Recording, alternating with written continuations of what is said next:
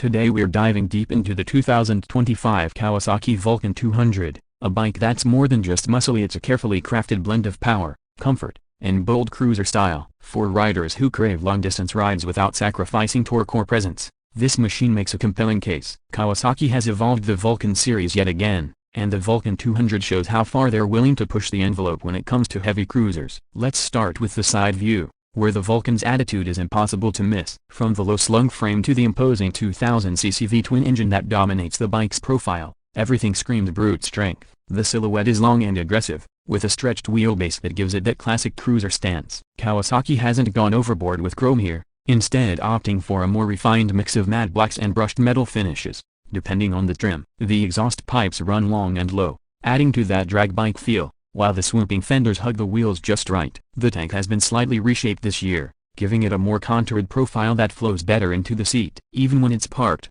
the Vulcan 200 gives off the impression it's moving forward. Now, swing around to the back and you'll see Kawasaki's attention to detail in full effect. The tail section is clean, minimalist, but not plain. Integrated LED taillights with a smoked finish give it a modern edge. The rear fender arches over a thick, wide tire that not only looks impressive but gives you solid grip on the road. There's a sense of balance in the way the rear is designed. It's tough, but not bulky. For those planning long trips, the rear mounting points make it easy to fit luggage racks or passenger backrests. The seat itself tapers off gradually, ensuring comfort for a passenger without compromising that low-profile aesthetic. The rear signals are flush-mounted but bright, and the license plate holder has been moved lower for a more open-tail look. When you throw a leg over the Vulcan 200, the first thing you notice is how natural the cockpit feels for such a large bike. This isn't a motorcycle that overwhelms you with size once you're in the saddle. The rider triangle is well thought out, with forward controls that are reachable without a stretch and wide, slightly pulled back handlebars that give you a commanding grip. The seat height sits at a manageable 27 inches,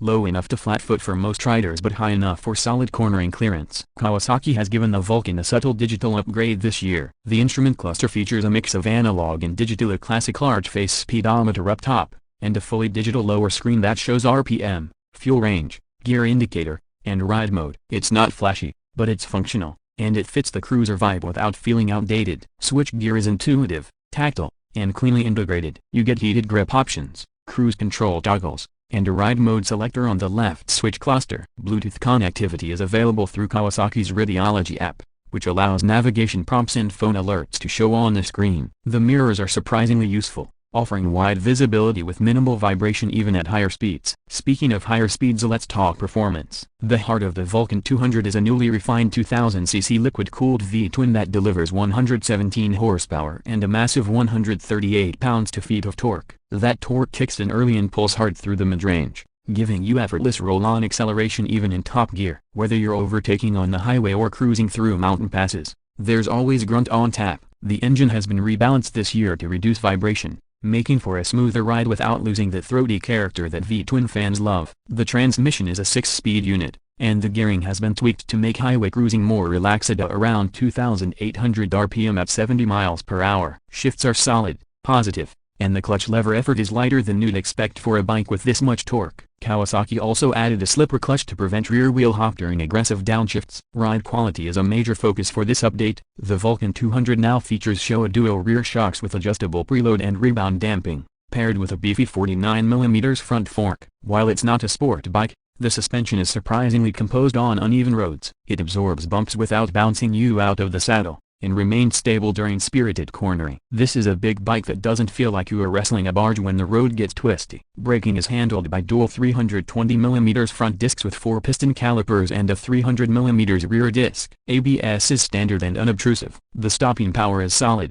and the brake feel is progressive yet not grabby. For a motorcycle weighing in at over 800 pounds wet, it stops with confidence, even under load. Fuel economy hovers around 40 miles per gallon depending on how hard you twist the throttle, and with a 5.5-gallon tank, you're looking at over 200 miles per tank with moderate riding. That's more than enough for most weekend rides and even longer tours if you plan fuel stops strategically. Pricing for the 2025 Vulcan 200 starts at $18,999 for the base model, which already comes impressively equipped. Step up to the Vulcan 200 LT and you get saddlebags, a touring windscreen, and heated grips for around $20,499. The top-tier SA trim adds a premium paint job, Bluetooth audio, and rider seat upgrades for just under $21,999. Given the performance, comfort, and tech on offer, it's priced very competitively in the heavyweight cruiser segment, especially when you stack it against rivals from Harley-Davidson or Indian. There's also a wide range of accessories available straight from Kawasaki: assist bars,